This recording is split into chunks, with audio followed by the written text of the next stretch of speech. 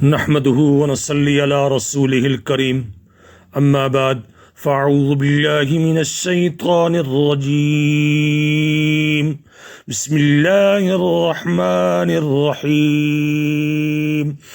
لا يتخذ المؤمنون الكافرين أولياء من دون المؤمنين صدق اللہ العظیم۔ درس کا عنوان ہے خارجہ پالیسی کے اہداف قرآن و سنت کی روشنی میں۔ اللہ تعالیٰ نے قرآن کریم میں متعدد مقامات پر اپنے مسلمان بندوں کو خارجہ پالیسی کی رہنمائی کرتے ہوئے کفار سے دوستی اور تعلقات رکھنے سے منع فرمایا ہے۔ اہل ایمان کو اس عمل سے روکنے کے لیے مختلف اسلوب اور انداز اختیار کیے گئے ہیں، کہیں ان سے دوستی نہ کرنے کے اسباب بتا کر اور کہیں دوستی کے دنیاوی اور اخروی خطرناک نتائج سے آگاہ کر کے مسلمانوں کو اس سے روکا گیا ہے، جس سے یہ اندازہ ہوتا ہے کہ کفار و مشرکین اور اہل کتاب وغیرہ دشمنان اسلام سے دوستی مومنین کے لیے سنگین نتائج کی حامل ہے۔ چنانچہ قرآن کریم سورہ آل عمران کی آیت نمبر 28 میں اللہ رب العزت ارشاد فرماتے ہیں لا يتخذ المؤمنون الکافرین اولیاء من دون المؤمنین، مومنوں کو اہل ایمان کو چھوڑ کر کافروں کو دوست ہرگز نہیں بنانا چاہیے۔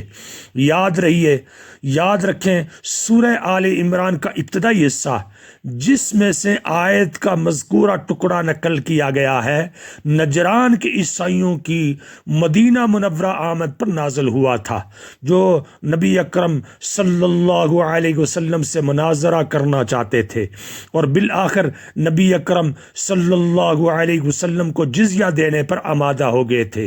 قرآن کریم نے اہل ایمان کو بتایا ہے کہ عیسائی دوسرے کفار اور مشرکین اور یہودیوں کے مقابلے میں مسلمانوں کے لیے نرم گوشہ رکھتے ہیں، کیونکہ ان میں اصحاب علم و تقوی موجود ہے، مگر ان سے بھی تعلقات قائم کر رکھنے کے حوالے سے اللہ تعالیٰ نے تنبیہ کا یہ انداز اختیار فرمایا ہے وَمَن يَفْعَلْ ذَلِكَ فَلَيْسَ مِنَ اللَّهِ فِي شَيْءٍ، جو ایسا کرے گا اسے اللہ سے کوئی واسطہ نہیں۔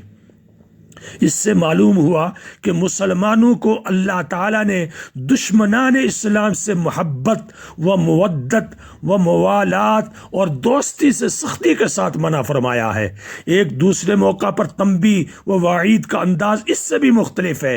ارشاد ہوتا ہے اے لوگو جو ایمان لائے ہو یہود و نصارہ کو دوست نہ بناؤ، کیونکہ وہ تو ایک دوسرے کے دوست ہیں، اور یاد رکھو تم میں سے جس نے انہیں دوست بنایا وہ انہی میں سے ہوگا۔ بے شک اللہ تعالی ظالموں کو ہدایت سے سرفراز نہیں فرماتا۔ سورۃ المائدہ آیت نمبر 51۔ غور کیجئے کہ آیت مذکورہ میں کفار سے دوستی کو ظلم و ناانصافی قرار دیا گیا ہے اور اس کے انجام بد سے بھی آگاہ کر دیا گیا ہے۔ ایسے لوگوں پر دنیا و آخرت کی کامیابیوں کی راہ کبھی نہیں کھل سکتی۔ اللہ تعالیٰ نے کفار کے ساتھ دوستی قائم کرنے سے صرف منع ہی نہیں کیا، بلکہ اپنے بندوں کی کامل رہنمائی اور ان کی تسکین قلب کے لیے کفار سے دوستی نہ کرنے کے اسباب پر بھی روشنی ڈالی ہے۔ قرآن کریم میں جگہ جگہ ارشادات ہیں، ان میں سے ایک جگہ یہ وہ اللہ کے اور اس کے رسول کے اور تمہارے یعنی تمام اہل ایمان کے بھی دشمن ہیں، ان کے دل تمہاری دشمنی میں اور تم سے حسد میں جلتے ہیں۔ آیت نمبر سورہ آل عمران آیت نمبر 118-119۔ اسی حسد اور دشمنی کی وجہ سے وہ تمہیں دوست بنا کر دوبارہ کافر بنانے کے خواہش مند ہے۔ سورۃ البقرہ آیت نمبر 109۔ وہ تمہیں تمہارے دین سے مرتد کرنے کے لیے تم سے صرف دوستی ہی نہیں کرتے بلکہ تم پر جنگ مسلط کرنے کے در پہ رہتے ہیں۔ سورۃ البقرہ آیت نمبر 217۔ وہ تمہارے نقصانات اور پریشانی کے لیے بہت زیادہ خواہش مند ہے بلکہ تمہیں خوب نقصان پہنچانے میں اور کسی قسم کی کمی نہیں کرتے۔ سورۃ آل عمران آیت نمبر 118۔ وہ تمہارے دین کا مذاق اڑاتے ہیں، بالخصوص جب تم نماز کے لیے پکارتے ہو تو وہ تمہاری آذان و نماز کو اپنے استہزاء کا نشانہ بناتے ہیں۔ سورۃ المائدہ آیت نمبر 57-58۔ کمزور ایمان والوں کو ان کے دین و ایمان سے متنفر کرنے کے لیے طرح طرح کے حربے استعمال کرتے ہیں۔ سورۃ آل عمران آیت نمبر 73 اور 72۔ وہ مسلمانوں پر زبان درازی اور دست درازی کے لیے ہر وقت تیار رہتے ہیں۔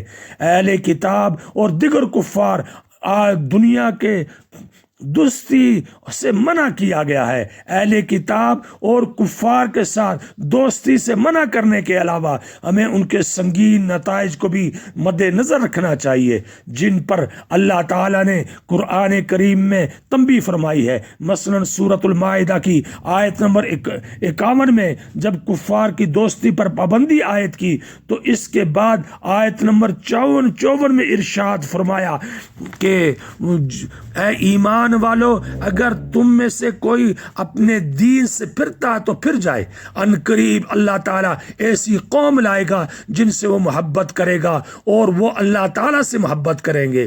مومنین پر بہت نرم اور کافروں پر بہت سخت ہوں گے۔ اللہ تعالیٰ کی راہ میں جہاد کریں گے اور کسی ملامت گر کی ملامت سے نہیں ڈریں گے۔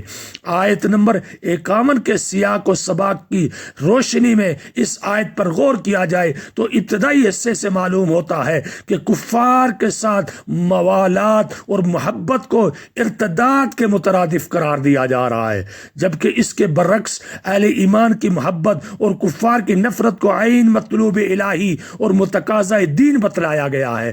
سورۃ البقرہ کا انداز اس سے بھی مختلف ہے، جس میں اللہ تعالیٰ نے اپنے محبوب نبی اکرم صلی اللہ علیہ وسلم کو مخاطب کر کے قیامت تک کے تمام ملت اسلامیہ کو تنبیہ فرمائی ہے۔ ارشاد ہوتا ہے وَلَئِنِ اتَّبَعْتَ أَهْوَاءَهُمْ مِن بَعْدِ مَا جَاءَكَ مِنَ الْعِلْمِ إِنَّكَ إِذًا لَّمِنَ الظَّالِمِينَ۔ اگر علم آ جانے کے بعد بھی تم نے ان اہل کتاب کی خواہشات کی پیروی کی تو نا انصافوں میں سے ہو جاؤ گے۔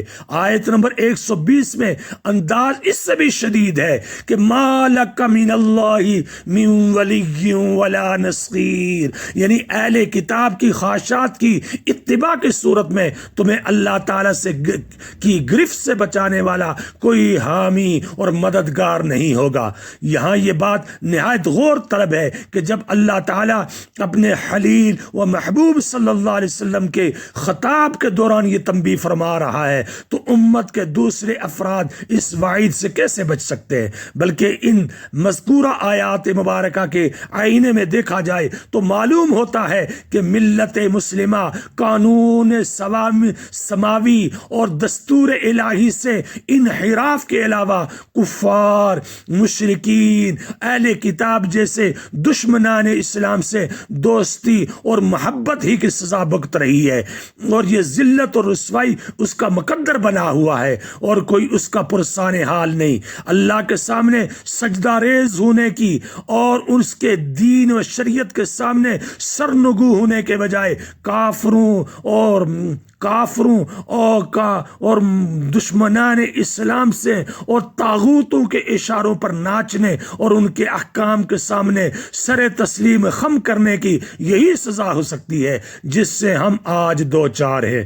مذکورہ آیات مبارکہ اور احادیث مبارکہ کی روشنی میں اگر ہم قیام پاکستان سے لے کر اب تک کے اپنے سفر اور اپنی حکومت کے کردار اور اپنے دین کا جائزہ لیا لیے لیں تو یہ بات خوب واضح ہو جاتی ہے کہ ہماری ہر ناکامی اور نامرادی کے پیچھے دین سے ہماری دوری، اسلامی نظام سے پہلو تائی اور عیش پرستی کے علاوہ اللہ تعالیٰ کے بجائے اغیار پر توکل و اعتماد اور کفار کی مشاورت اور موالات ہی کار فرما ہے۔